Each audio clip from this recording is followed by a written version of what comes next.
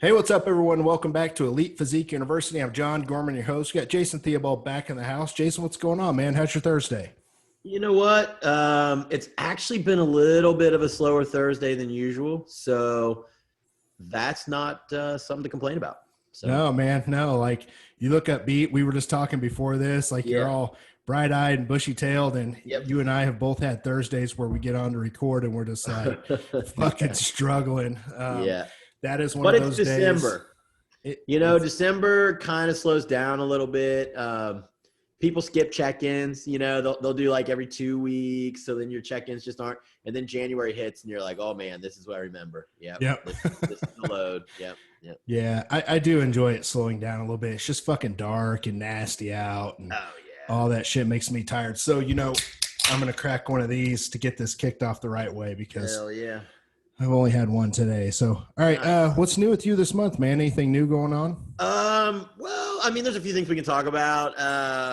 New Flame Defense launched, as I told you, it's kind of my baby. I put a lot of effort into that one. And then kind of put in Vince's hands to kind of tweak after I'd kind of done a lot of the groundwork and testing on myself. We're getting a lot of good feedback on it, and that's awesome. We moved over 300 product for the month. That's awesome too. Hopefully sales keep going on that one nicely. And then December 17th, which is a Thursday, I fly to Orlando. Trish Wood, my client, is in the Olympia Women's Physique. So I'm going there. I'll get in Thursday. She'll be loading the second day that day. I'll be watching over her that evening, attending the women's show, and going from there. Are you gonna pop in and watch the Classic Pro Men? You know what, man? I don't know that I am. On Saturday, it's going to be 75. I might drive to Cocoa Beach and get on the beach, bro. Yeah. I mean, because they're still going to be pushing masks. Like when I did the Tampa, even though Florida's more open, like they were up our ass about masks. Like everywhere you went, they had like security or cops. I'm assuming it's going to be a lot of the same way. And to be honest with you, man, I'd rather go to a beach where I ain't got to wear a mask and get some sun and chill. So Yeah. honestly, I don't know. It's still my goal, but I don't need to see those guys to train hard and push myself. So probably not. Yeah. And plus, they about, want like $200 a ticket. And that's so that you don't have to look at it on a board. If you want to pay less and you got to watch it on a screen, you don't even get like to see them. Like, that doesn't sound cool to me. are we gonna be able to watch it live anywhere? I haven't even looked into that. I'm sure they are, but I haven't even looked, man. Yeah, maybe you and I watch it and then we do a show and just kind of do like an Olympia review or something and talk about, the top three in a few classes or something. It's something I've thought about. I'll check pics, you know what I mean? But Right. I'm kind of looking forward to getting some warmth. And like I said, on Saturday, I'll probably get up early and drive to Cocoa Beach, man. Yeah. That's also, it's funny that you're talking about tickets being $200. And that's something I like about you and a lot of other people is it doesn't matter how much money you make. And I'm the same way. We're still tight. We're still tight. I'm always like that, man. Like I always look at myself and I'm like, man, you could probably spend a little more cash, but I just like seeing it in the bank, man. And like I would rather rent a car for what, $150 for the weekend and then drive my ass to Cocoa Beach and get some warmth. So it's just where I'm at with it. Well, off topic, rent a Tesla, man. If you've never driven one, I did that for a I've week. been in it, but haven't driven one. Dude, it's the best thing I've ever done. It's different though. It's different, but if you do, let me know. Dude, we've got a great show lined up today. We've got 1, 2, 3, 4 really, really good questions. I am going to link up that New Flame link for you. It just dropped and we talked about it very, very, very short on our last episode. And it's been a couple weeks since we recorded, so I want to get that up. So guys, if you're interested in that, it's in the show notes. Matter of fact, all the stuff we talk about will be in the show notes, including our emails. Man, we're getting up close to 400 reviews. So I think one more week and it's time to start giving stuff away. So all you guys have to do, if you've been listening to the podcast, take a screenshot of your review, post it on Instagram stories and tag us. And I keep track of that stuff. And we're going to start giving away some new products. I've got 2 here that I'm going to give away. I'll kind of show you guys. I launched my new EAAs Plus. You can see Leslie did a damn good job. There's a unicorn on that if you're watching on YouTube. And we got a new Hard to Kill pre-workout. It's unicorn candy as well. It's kind of funny, hard to kill, but it's got unicorns all over it. That's our 2 new products. We'll be giving that stuff away soon once we get to 400. So make sure you tag us. New with me, just real quick, besides launching those 2 new products, man, we had a record month. Our second biggest month. Optimizer, when it relaunched, just blew everything away because people were buying it like it was toilet paper on a fucking pandemic. But that was good. So we came off a really good November. We're growing, man, month over month. It's like month 5 in, and we're just growing steadily. And one of the cool things that we're going to start doing, this is the first place I've told anybody about, is we're going to start offering stacks and combos. And the one I'm most excited about, I just got it in the mail last week, is we're going to start carrying your Jumpstart product, New Ethics Jumpstart. And I'm going to pair that up with my hormone optimizer, and it's going to be the next level stack. So to me, that's going to be great for especially natural athletes that are on prep or coming off prep and just want to get their body jump started back up and get those test levels and everything back up. Dude, I'm pretty excited about that one. Yeah, I'd be curious to see some labs on that, to be honest with you. Yeah, you and I have talked about labs because I get a lot from my clients because I had them test optimizer specifically. I just talked to Jacob Klessens, my employee here. I said, hey, man, and I'll see if he wants to do it. Let's run your labs January 1, where you're just on optimizer. Let's throw in the Jumpstart and let's measure it, 30 or 60 days later.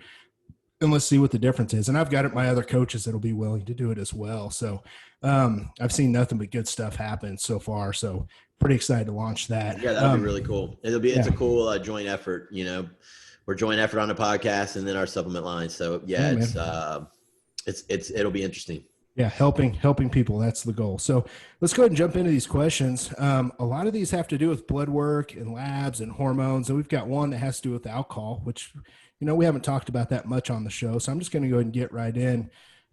Jason, I'm going to throw this first one to you. I've got some experience with this as well. This one comes from Jeff Baker. I usually look at fasting blood glucose and insulin on my labs. How important is it to see and take into account my hemoglobin A1C reading? Do you guys look at this at all? Jason, what do you do when it comes to this? He said he does look at fasted blood glucose and he does look at fasted insulin, right? Right. Okay. So that's good. That's good that he's looking at both. I do look at A1C. A1C, for the listeners out there that aren't aware, is the 3-month average of your blood sugars. So, when you're taking a morning fasted or a postprandial 3 hours, that's a snapshot of what's going on in your body. But the A1C is an average of the 3 months. So, you could have a piss poor morning and the rest of the day is really good. And, that picks that up. So the number that I want to see for really good numbers is sub 5.3. If you get up to, I believe, over 5.8, they start to call you pre-diabetic, and then into the 6s and higher, you really need to be concerned.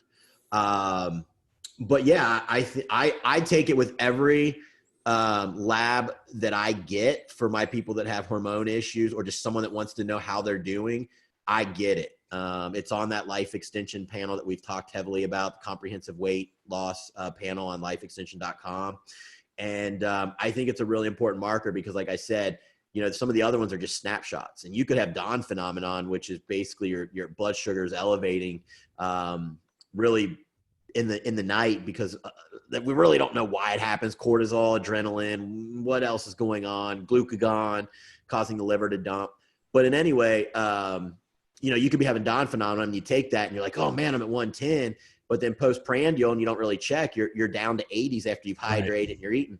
So A1C is a really good marker, and yeah, I think you should look at it. But I'm glad to hear that you're taking fasted insulin as well, because that can show you if your actually insulin sensitivity is fading, as opposed to just looking at a fasted blood glucose. Hey, and that reminds me, real quick plug for you. I'm going to put your email in the show notes. Starting in January, you're starting to offer an insulin resistance class, and I highly recommend that people jump in on that. I do one on insulin sensitivity.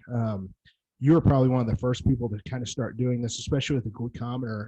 If you guys are listening, you want to jump in on that class, just check the show notes and email Jason. Highly recommended, because all the stuff that you just talked about is, I know you're going to cover and you're going to talk about in that class. I am. And I cover, what is insulin resistance. I go into what is dawn phenomenon, what are some of the reasons we think it happens, but scientists still aren't 100% sure. I even go over glucometer usage in peak week. So, if you're interested, please email me. Yeah. I don't have a lot to add there. I just had mine done. Mine was 5.5. So what's that tell me? That tells me it's time to tighten shit up a little bit. Yep. GDAs I pretty much will just take GDAs with every meal for a while. And I tied it to my blood sugar as well. Blood sugar was in the upper 90s. So it's time for an insulin sensitivity reset. So that just tells me over the last 3 months, I probably haven't been sitting that great. And I know I haven't, because looking back at my diet, I've just been kind of eating carbs as much as I want and not really gaining fat or anything. But, healthy carbs, or are you just taking whatever you want? Not that great. Ever since our seminar and stress and shit's been through the roof, I've just gotten lazy. So it's just been that. So that's the nice thing about labs is you turn around and you look and you can directly see, for most people, for myself especially, I can see my health reflected in my labs based on the types of food that I eat. Cholesterol's up just a little bit. So all the things look back to me eating a lot of sugary stuff, still eating around the same calories, but just not doing as well as I should. So it's a good reminder for me to jump back on the horse. So if you guys see that, 5.5 is not great. I think 5.6 was the limit. So yeah, I'm right there pushing the edge. So interesting. Most people, you don't hear about hemoglobin A1C. So I figured we'd cover that. Yeah. Adam Contenta. I got my labs back and my total test readings were a lot different than what you guys talk about on the show. My test ranges were 1.7 to 7.9 nanograms per milliliter, but you guys always talk about ranges being between 280 and 1100. What do I need to do here? And Jason, we talked a little bit before this on the show. This actually happened to me because I got my labs done at the VA. Yeah. So when they sent me everything back, mine came back at 8.3 nanograms per milliliter. And they marked me as high. And I was like, wait, what the hell? I was like, is this free test? And you even asked me that. You're like, before the show, I was like, no, dude, like that was my total test. Right. So what you do is you can just Google a test conversion chart. But honestly, if you just add a decimal place, it's going to all come out. So, mine was 8.3. Well, that's 830 nanograms per deciliter, like we talk about here on the show. Now, is that high? No. But they marked me as high. So different labs and different clinics and hospitals and stuff are different. But it's a good score. It's just, but I mean, you could go up another 300 points, right, and still be high normal. Yeah, because most, like you said, we talk about 280 to 1100. Yep.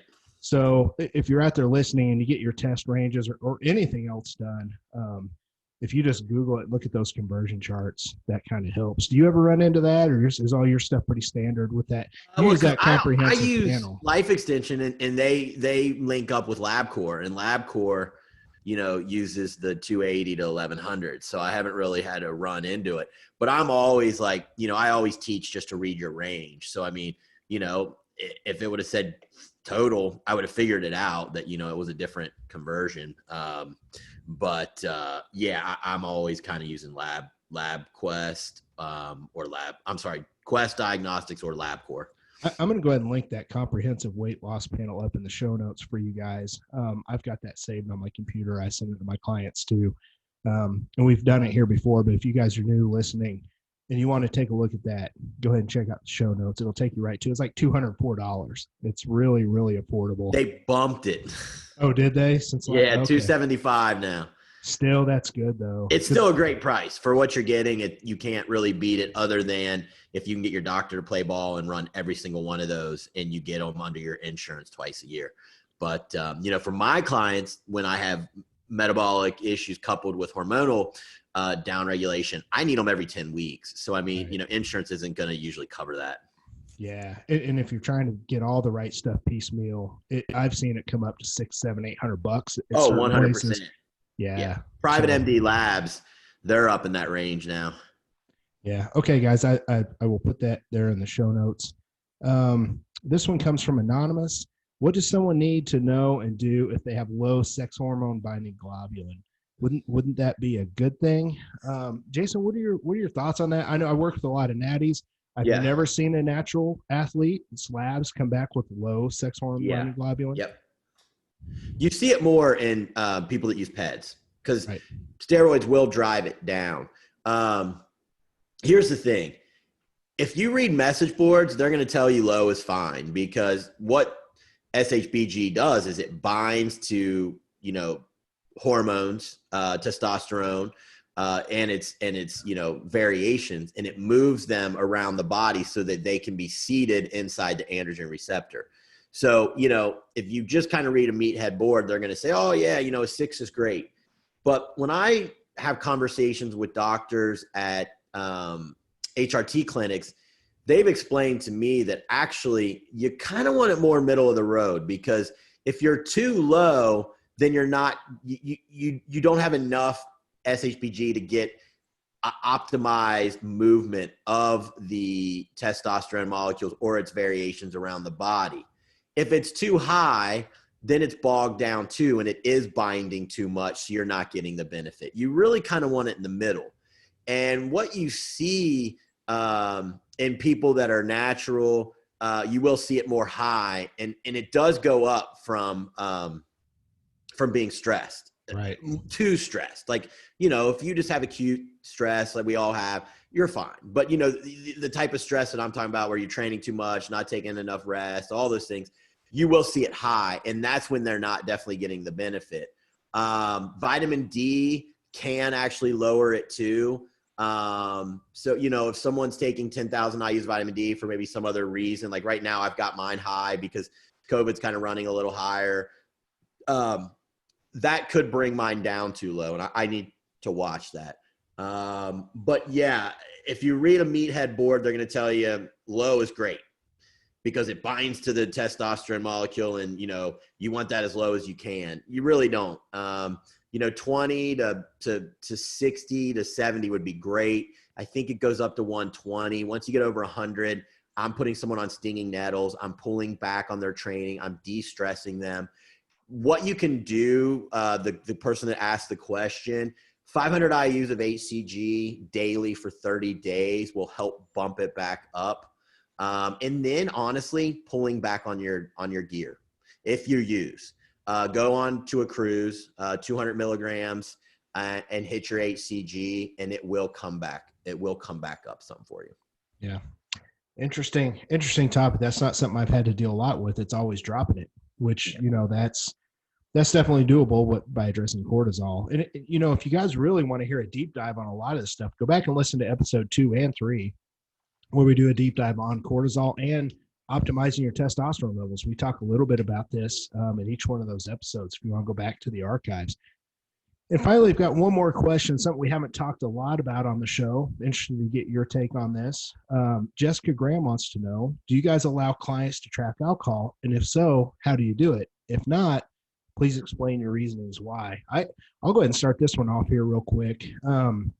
During prep, man, I don't like people to drink alcohol just because its effects on the body, what it does with cortisol. It's really just, is it calories? Yeah, 7 calories per gram. But your body doesn't use those the same. It's like saying your body uses protein and carbs. It turns off fat burning. You have to burn the ethanol off before you get back to fat burning. Right. But not to mention raising cortisol, which... And it's terrible for gut lining, a huge inflammatory. Yeah. So for prep, no. If someone has to have it in their lifestyle, I've worked with quite a few people, they just have to have it. I'll tell them they can bake it in, and they count it as either their carbs or their fats, but limit it to as little as possible. But usually I've noticed when someone gets to the point to where they have to have it, there's a problem there. So I don't try and intervene. I try and get them to at least track it. But I've never seen someone make great progress when they're drinking and counting it every day. I've just seen their stress stays high. It shows on their labs. Their physique looks like it. Their sleep's terrible. Their blood sugar stays high from cortisol. It's all these different things. To me, there's number one thing that's shitty on your physique, and it's fucking alcohol for people that like to drink it all the time. So I'm not a big fan. I'm kind of curious to see what your take is. So here's the deal. I'm 100% in agreement with prep. Off season, I drink, not often. Right. I'll probably have some wine tonight. I'm going to dinner. 2 glasses. Do I track that shit? Fuck no. Like, it's like dessert. If I want a piece of dessert, I'm fucking having dessert. Like, I'm just having it. And it'll be an extra meal this week.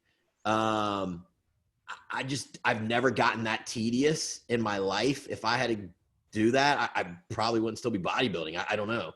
I know there's a lot of coaches that track it, and that's fine. But what I usually tell my clients is if you need some booze, like have it on your free meal night, like have it.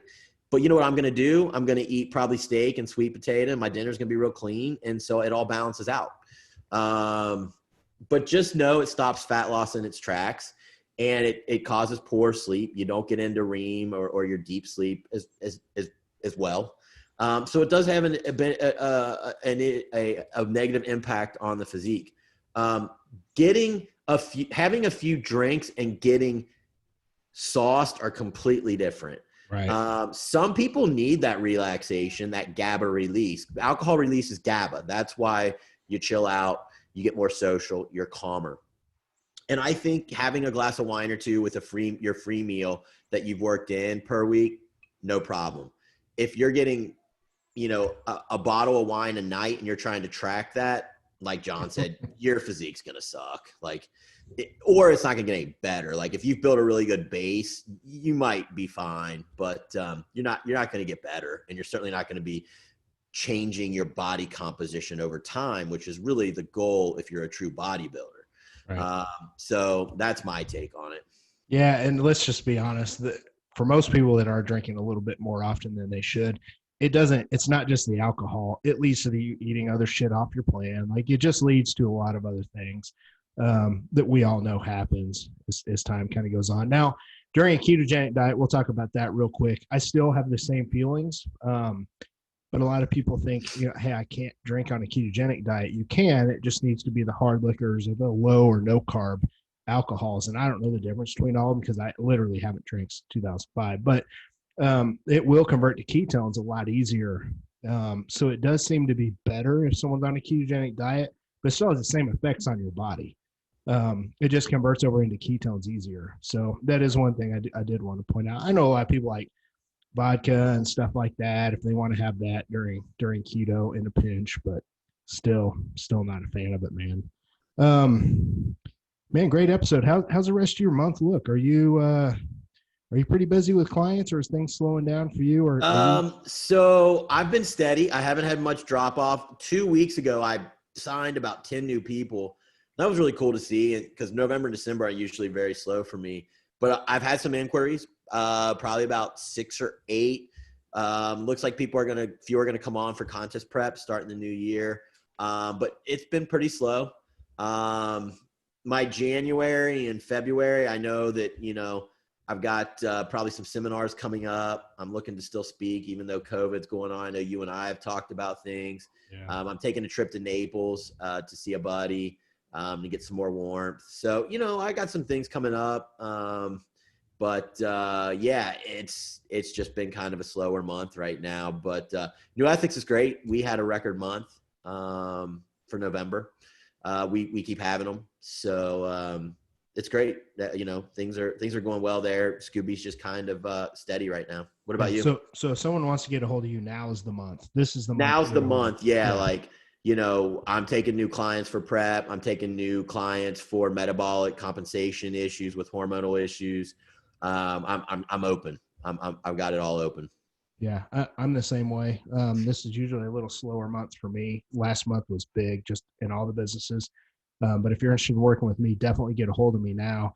And stay tuned, guys, because Jason and I are talking at multiple places across the country. We're just like everybody else. We're waiting on COVID. We did get the green light for Tampa. I haven't talked to you about that yet, but I just don't feel comfortable pulling the trigger and we get a whole bunch of, we get 100 people sign up and then we have to undo all that. Dude, that's a nightmare on the back end. I had to do that with a camp to refund everybody. And then we eat the, $10 per ticket the PayPal takes. So, I mean, you're talking about $1,000. Florida's pretty open and the governor's like pretty damn set on not backing away, but it's like what's going on with any other states. But hopefully we can get a date ironed out because it is Tampa as the location. Yeah, I'd love to be there. So stay tuned. Jason and I will talk more about that as this month goes on, and then we'll have an announcement soon. We'll try and give you guys 8 to 12 weeks to be able to buy tickets and enough time to plan everything out. But it's looking like we might be good. So All right, man. I know you've got some plans tonight and some fun planned, and I'm going to get back to work for myself and Jason. We're out of here. See ya. See ya.